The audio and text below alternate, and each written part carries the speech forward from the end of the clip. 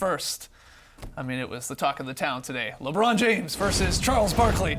Bron sounding off last night on Chuck. This is some of the money quotes here. I'm not going to let him disrespect my legacy like that. I'm not the one who threw somebody through a window. I never spit on a kid. I never had unpaid debt in Las Vegas.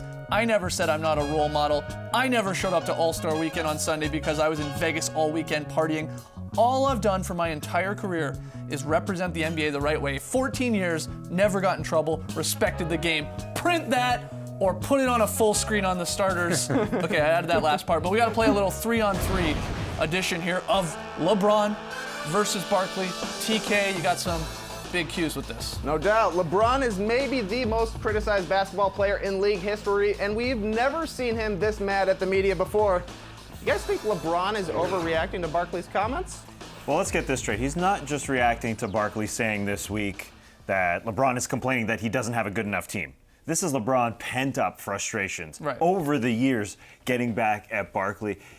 I understand that players don't really benefit from speaking out every time someone insults them, so I understand why LeBron has pent-up frustrations, but at this point in LeBron's career, I think he can speak any time that someone talks about him because we respect him, right? And I think some of the good stuff that LeBron said was kind of buried under the surface because, yeah, he said all that, but some of the stuff that we could learn about, like he talked about Barkley back in the day being friends with MJ in the NBA Finals when all we think about is, oh, all these guys are friends these days. Back in those days, no one were friends. You know, we could have a conversation about basketball rather than all this sort of surfacey player versus media type. But listen, that's Barkley's job is to talk about the players. So there have been so many more instances of media, him talking about LeBron than LeBron talking about him the other way, right? So this he's is just paid sort of, to do that. Yeah, he's paid to be an analyst / entertainer. That's what he is at this point. But LeBron's not overreacting because LeBron's a winner. He's been to the finals 7 times. He's got 3 championships. He's a 4-time MVP. He knows what it takes to win. Are you hitting me with the rings? No, I'm saying he deserves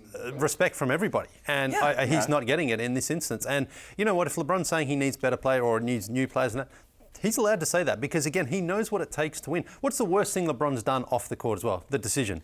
I know, but as far as the comments about having a better team, I think even LeBron knew that wasn't the best way to go about it. But it doesn't matter. Maybe that is the best way to go about it because, again, maybe he has spoken to the management behind the scenes and they haven't done what he feels they need to have done, so he's perhaps brought out. Speculating for sure. But, again, if that's what it takes, if your star player says, this is what we need, you have to listen to him. Nobody knows the team better than the star player. He's playing far too many minutes right now, and he's worried that maybe come June, he's going to run out of gas. So he needs to help, and he needs some more players there. But as far as his legacy goes, yes, he is without question the top 2, 3, 4, 5 players we've ever seen. There's no doubt about that. So he deserves the respect from the media and from everybody around the league. I want to hear LeBron talk more. He is an ambassador for this game. Yeah, it is. You know, Trey brought it up today on our Twitter show today. He is an ambassador. He's almost Kobe-like right now, where Kobe at the end of his career just talk. And that's what we want LeBron to do, right? LeBron, I think, feels comfortable in his own skin. He goes back and he gets that championship that Cleveland deserved. And now he can talk. I think he should be free and open to discuss whatever he wants because I understand having a mic there is no real benefit to speak out every single day. But LeBron has been great at speaking about social issues. Now let's talk some basketball, you know? And I think we learned a few things from LeBron. After all those comments, we learned about guys, they were friends. They went golfing together, apparently. Let's get Barkley on here to talk about the golfing, the rounds of golfing that they had in between those finals games. Back then, guys from the era before that said guys were too friendly in the 90s. So that's something. Get off my lawn, I'm an old man. That's what he calls exactly. All right, let's next question here. You guys are being too friendly over there. But between this and a couple of weeks of LeBron zinging the Cavs over their roster, LeBron has been pretty grumpy cat lately. Tell me, guys, why is LeBron in such a bad mood? I think it's a lot of things, right? First and foremost, it's probably the losing. Of course. LeBron James is not used to losing. That's the honest truth, and he just got done a losing month. In the month of January, his team going 7-8. First time in 10 years with a minimum of 10 games played where a LeBron team had a sub-500 record in a month. He's upset about that. He's surly about that. But there are other things, and Brian Windhorst on ESPN had a great article sort of hypothesizing a few other reasons, maybe the Warriors, of course, adding Durant and looking like a juggernaut, playing so much better than the Cavs right now. And then even over the summer, Windhorst pointed out the whole idea where LeBron sort of openly talking about chasing Michael Jordan, chasing those 6 rings.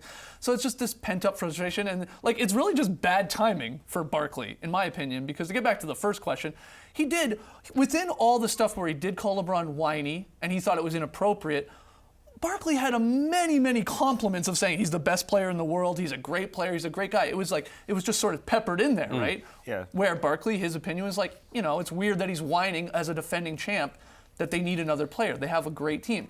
But this is just all these things, I guess what I'm getting at. It makes this sort of testy LeBron, I guess. I understand why he's Bob Surly right now. But Yeah. if LeBron has those comments, does he have them any other time other than when he's losing? Like, I don't think he comes out and says, hey, we need another player if they're 10-2 this month, right? No way. No, not a chance. That's what's they have happening. injuries mounting up. He feels like he's playing way too many minutes. That also comes into play, I think, here. He wishes he was probably resting more, not playing so many minutes. Yeah, so if they were winning, this doesn't happen. But you dig a little deeper into the January month as well. One win came over a team over 500. Yeah. That was against the Oklahoma City Thunder. They played a lot of teams sub 500. This was not a month for them to go below 500 as far as the actual month goes. They should have been piling up the wins this month. They played Brooklyn a couple of times, Phoenix, teams that really just they should have gone out and walked past. And LeBron, they're still the number 1 team in the East. Yeah, I know, but they're they not. know that, and that's why they're playing like that. I know, but LeBron he played the most minutes, and he's played the most games as well in that month. And this is not the time where he needs to be playing heavy minutes. You're he right. should be cruising along right now into the All-Star break, and then perhaps ramping it up if they need to secure that number 1 As I've spot. said here on the show, hindsight's 20/20, obviously. Yeah. But I think if they could go back, if they knew they were going to lose all those games in January, they would have just sat him LeBron anyway, and maybe finish 6-9 or Yeah. whatever. David 5-10. Blatt Yeah. wouldn't have played in those minutes. Yeah, well, for sure. All right, final question. Fire him here, Trey. again. Yeah, exactly. Perhaps my favorite part of this whole LeBron thing is that he ended this whole thing by saying, I'm tired of biting my tongue. There's a new sheriff in town. So simple question, do we start calling LeBron the sheriff now? Interesting. LeBron the Sheriff James. No. The Sheriff LeBron James. No, we can't. No, because he called himself that, so you have to earn a nickname. You can't just say, well, now I'm the sheriff. Didn't he call himself the king, too? Was that Yeah, bestowed sure. upon him? Yeah, I don't know. well, why you not? can't go from the king to the sheriff. That's a downgrade. Though, I mean, the internet's having fun with the new LeBron sheriff. That looked moniker. more Pharrell-like. He does rock a hat. He looks good. He there. likes a give him hat, yeah. Oh, that one's amazing. Excuse me while I whip this out. Excuse me? I went with sort of a Rick Grimes sort of vibe to that one.